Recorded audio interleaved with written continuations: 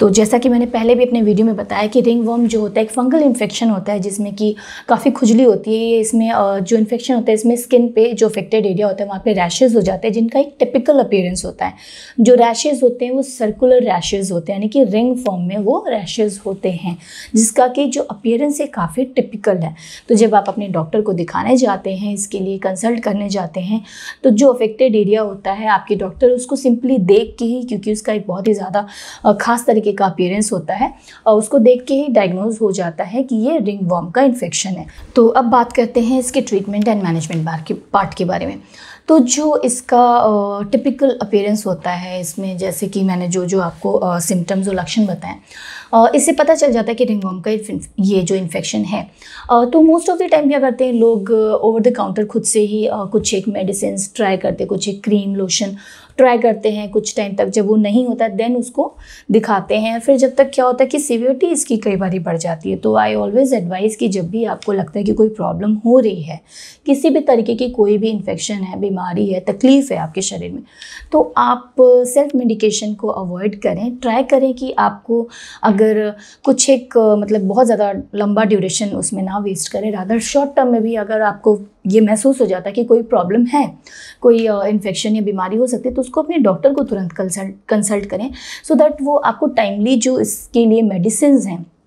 As per the severity of the disease वो दे दे, ताकि जो डिजीज़ है वो आगे प्रोग्रेस ना करे और टाइमली इसको ट्रीट और मैनेज किया जा सके। तो अगर हम इसकी मैनेजमेंट और ट्रीटमेंट के बारे में बात करें, तो अगर ये माइल्ड होता है, जैसा कि मैंने बताया कि आपके डॉक्टर इसके सिंपली अपीयरेंस से ही इसको डायग्नोस कर देते हैं, इसमें किसी अलग से स्पेसिफिक किसी इन्वेस्टिगेशन या टेस्ट को करवाने की ऐसा ज़रूरत नहीं होती है। इसका अपीयरेंस ही इसके डायग्नोसिस के लिए काफ़ी है। इसका जो हिस्ट्री आप बताएंगे, इसका क्लिनिकल अपीयरेंस वो काफ़ी होता है इसके डायग्नोसिस के लिए। तो आपके डॉक्टर जब इसको डायग्नोस कर लेते हैं तो उसके बाद अगर ये माइल्डली प्रेजेंट है, कम एरिया पे प्रेजेंट है और काफ़ी शॉर्ट ड्यूरेशन में ही आप उसको आप दिखाने अगर चले गए टाइमली, तो आपके जो डॉक्टर होते हैं टॉपिकल एप्लीकेशन के लिए कुछ एक लोशंस, क्रीम या ऑइंटमेंट आपको प्रिस्क्राइब कर सकते हैं। जैसे कि बहुत सारे हैं, लाइक सेटाकोनाजोल है या ललिकोनाजोल है। ये आपके सिवियरिटी के हिसाब से आपके डॉक्टर, इसके अलावा भी और भी बहुत सारे टॉपिकल एप्लीकेशन की भी दवाइयाँ हैं, वो आपको as per your severity and कौन सी जगह पे प्रेजेंट है, कौन सी लोकेशन क्या है उस इन्फेक्शन को, उस हिसाब से आपको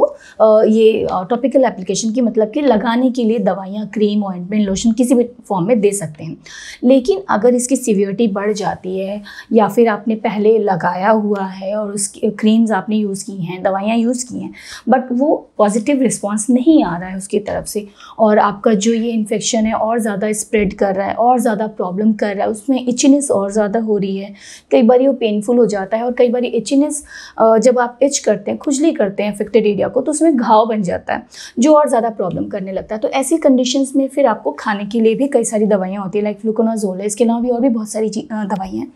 जो एज़ पर आपकी जो सिवियरिटी उसके हिसाब से कितने ड्यूरेशन या डोज के लिए देना होता है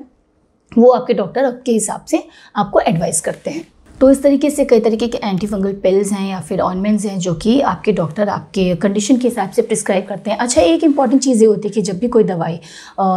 इंक्लूडिंग दिस, जब भी कोई दवाई आपके डॉक्टर आपको एडवाइस करते हैं, चाहे लगाने का हो चाहे खाने का हो, आपको कोशिश करना चाहिए कि अपने हिसाब से उसमें कोई चेंज ना करें, ना ही उसके डोज में, ना ही उसके ड्यूरेशन में, क्योंकि वो जो डोज और ड्यूरेशन होता है वो ट्रीटमेंट प्लान का एक बहुत ज़्यादा इंपॉर्टेंट पार्ट होता है, बहुत ही इंपॉर्टेंट हिस्सा होता है। वो उसी के हिसाब से आपके डॉक्टर एडवाइस करते हैं कि इतने डोज या ड्यूरेशन में आपका जो बॉडी है, आपकी जो कंडीशन है, वो दवाई को किस तरीके से कितने डोज और ड्यूरेशन में पॉजिटिवली रिस्पॉन्स करेगा और कितने टाइम पे वो ठीक हो सकता है, कितने डोज में वो ठीक हो सकता है। तो अपने हिसाब से मान लीजिए कि आप दवाई लेते हैं, आपको तुरंत हो सकता है कि कुछ एक डोज में ही जो प्रिस्क्राइब डोज और ड्यूरेशन उसके पहले ही आपको बेटरमेंट फील होने लगे, तो आपको उसके जो डॉक्टर के हिसाब से दिया गया समय या डोज है उससे पहले अगर आपको अच्छा फील होता है तो आपको एकदम से क्विट नहीं करनी चाहिए दवाई या फिर कम नहीं कर देना चाहिए। वो बिल्कुल वैसे ही लेते रहना चाहिए जैसा कि आपको प्रिस्क्राइब्ड है। नहीं तो क्या होता है कि और ज़्यादा हार्मफुल कंडीशन हो सकती है। तो जब आप अपने डॉक्टर को इसके लिए दिखाने जाते हैं, इस इन्फेक्शन के लिए, रिंगवॉर्म के लिए, जो कि एक फंगल इन्फेक्शन है जैसे कि मैंने आपको बताया, तो इसमें आपके डॉक्टर कुछ एक स्पेसिफिक क्वेश्चंस आपसे पूछ सकते हैं। सबसे पहला ये कि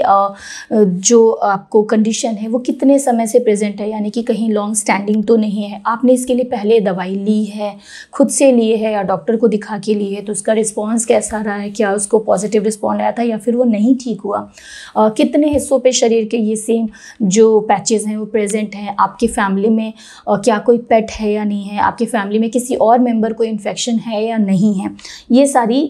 सारे जो क्वेश्चंस हैं आपके डॉक्टर पूछ सकते हैं। साथ ही साथ कोई कोमॉर्बिड कंडीशन है, इम्यूनिटी आपकी कैसी है, कोई ऑटो इम्यून डिसऑर्डर है, यानी ये सारे क्वेश्चंस भी आपके डॉक्टर आपसे पूछ सकते हैं और उसके हिसाब से फिर आपको जो दवाइयाँ हैं वो प्रिस्क्राइब की जाती हैं। इसके लिए कुछ एक जो बेसिक हम अपने आपसे अपने घर में जो चीज़ें हम मेंटेन कर सकते हैं, कुछ एक जो मेजर्स हैं जो खुद हम फॉलो कर सकते हैं, वो ये है कि मैनेजमेंट के जो बेसिक तरीके हैं कि सबसे पहले तो जो हमारा शरीर है उसमें हम ह्यूमिड मतलब कि स्वेटिंग या पसीना बहुत ज़्यादा होता है तो उसको हम मेंटेन करें, बहुत ज़्यादा टाइट क्लोथिंग, बहुत ज़्यादा टाइट कपड़े ना पहने, हवादार कपड़े पहने, कॉटन के कपड़े पहने। साथ ही साथ